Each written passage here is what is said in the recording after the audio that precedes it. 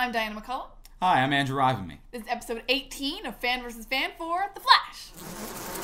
Bees!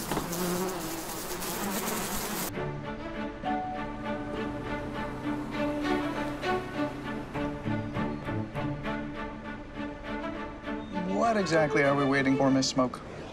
Up there. Is that a bird? It's a plane.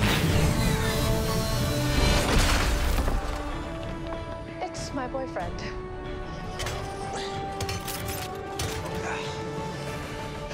Hi, I'm Ray. So in tonight's episode of The Flash, we see Ray and Felicity joining us from the cast of Arrow. They're visiting Central City. We see Eddie and Iris having some relationship problems. We've got Bug-Eyed Bandit buzzing herself into a little bit of trouble this episode. And once again, we see Barry choosing to divulge information to really anyone but Iris.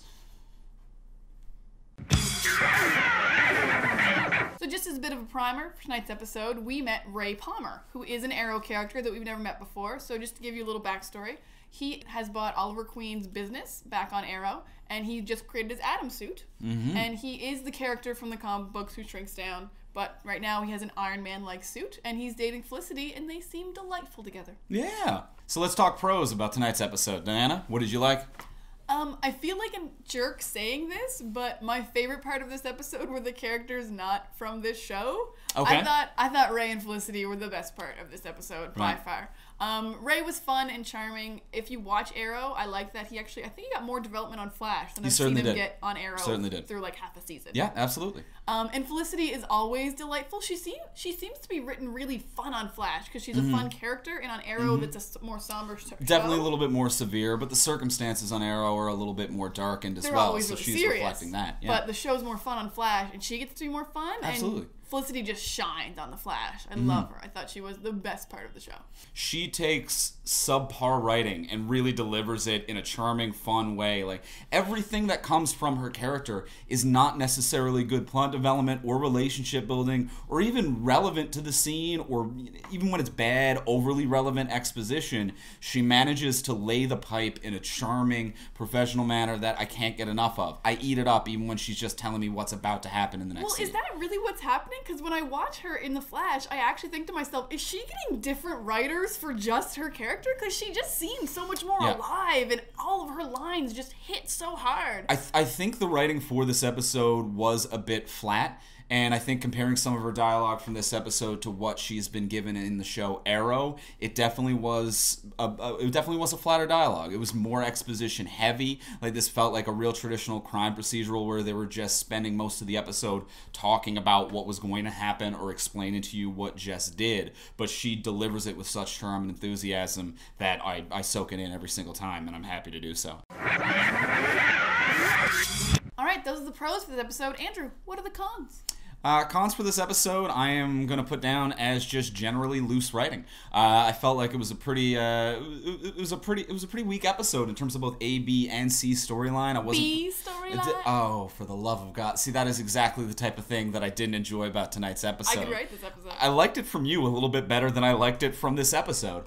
But it just felt loose. I wasn't threatened or concerned or engaged with Bug-Eyed Bandit. The stakes were not high at all. Anytime they talked about her, she wasn't on screen. Like, we didn't see why she wanted to murder people. It was just random, loose conversations of being like, well, this is why she wants to murder people. She had a total of maybe 4 lines this episode, and 2 were spoken through a robotic cloud of bees. And all 4 were puns. And every line of dialogue. Back-to-back pun, but there wasn't the personality and charm that there is from something like a Captain Cold. There wasn't the screen time of something like a Captain Cold. She didn't get any time. They've done this a couple times where they've had villains who just get like no screen development because they're like the C plot of the episode. Yeah, and I don't understand why your villain is the C plot. This is about a hero-villain battle. Like, that's the show. That's the entire premise of what should be every episode of the show. And this is an episode where they brought in an extra hero and had one of the worst villains we've ever seen. We had 2 heroes to fight this girl, and she was terrible. That was going to be a huge con for me. It was not a very threatening villain, and we had two big heroes, whereas in previous episodes, we have the Flash taking on Captain Cold, Heatwave, and Golden Glider. So we have 3 villains versus 1, and the stakes felt high in episodes like those. But in this one, we have 2 heroes,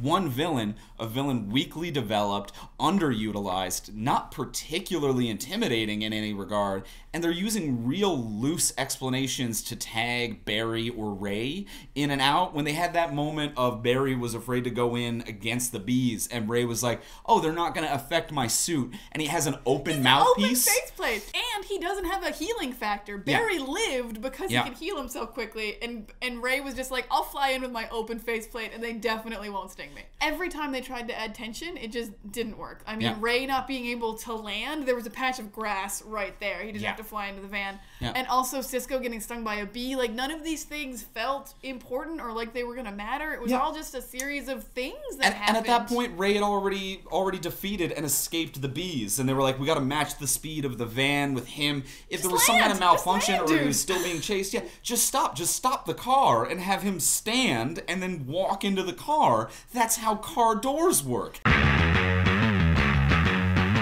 So tonight was a little bit light on the Easter eggs. We had just 1 Easter egg in tonight's episode. What did we have, Diana?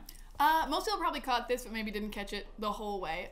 So when Ray Palmer shows up, they say, it's a bird, it's a plane, it's my boyfriend, which is a Superman reference to it's a bird, it's a plane, it's Superman. But just in case you forgot, Brandon Routh actually played Superman quite forgettably in Superman Returns. So it's a double-layered fun joke. Yeah, if you forgot that Brandon Routh played Superman, reasonably so. Like, that's what you do. You forget that he played Superman. So on last week's Fan vs. Fan, we had a wonderful question from YouTube commenter Chuck May saying that he loves the show, and he has a question of, do we think, or when do we think, that we're going to see some of the other speedsters, Max Mercury, Jay Garrick, etc., as trainers, tutors for Barry to help fight Thawne? I'm going to say we're not going to see them as trainers. That's not a thing I think is ever going to be established. I mean, Barry is the Flash. He's the first Flash we're meeting. I think he's going to be the trainer. I mean, we don't have a Wally West yet. We don't have a Burt Allen yet. And technically we have Thawne as the trainer as well. He's training him for his own battle to fight himself.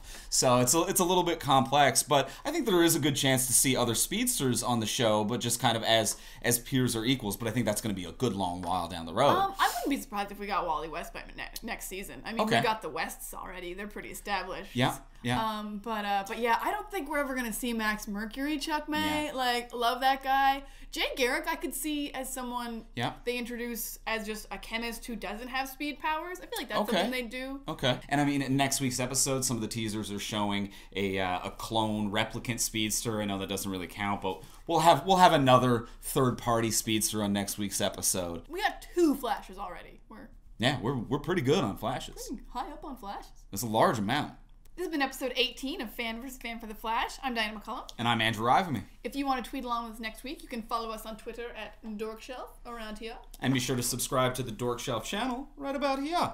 And on Sunday nights, you can catch a brand new Fan vs. Fan for Game of Thrones that we have right after new episodes air. And if you follow Twitter and subscribe, you'll see those too. Yeah, be sure to subscribe and watch Game of Thrones Fan vs. Fan.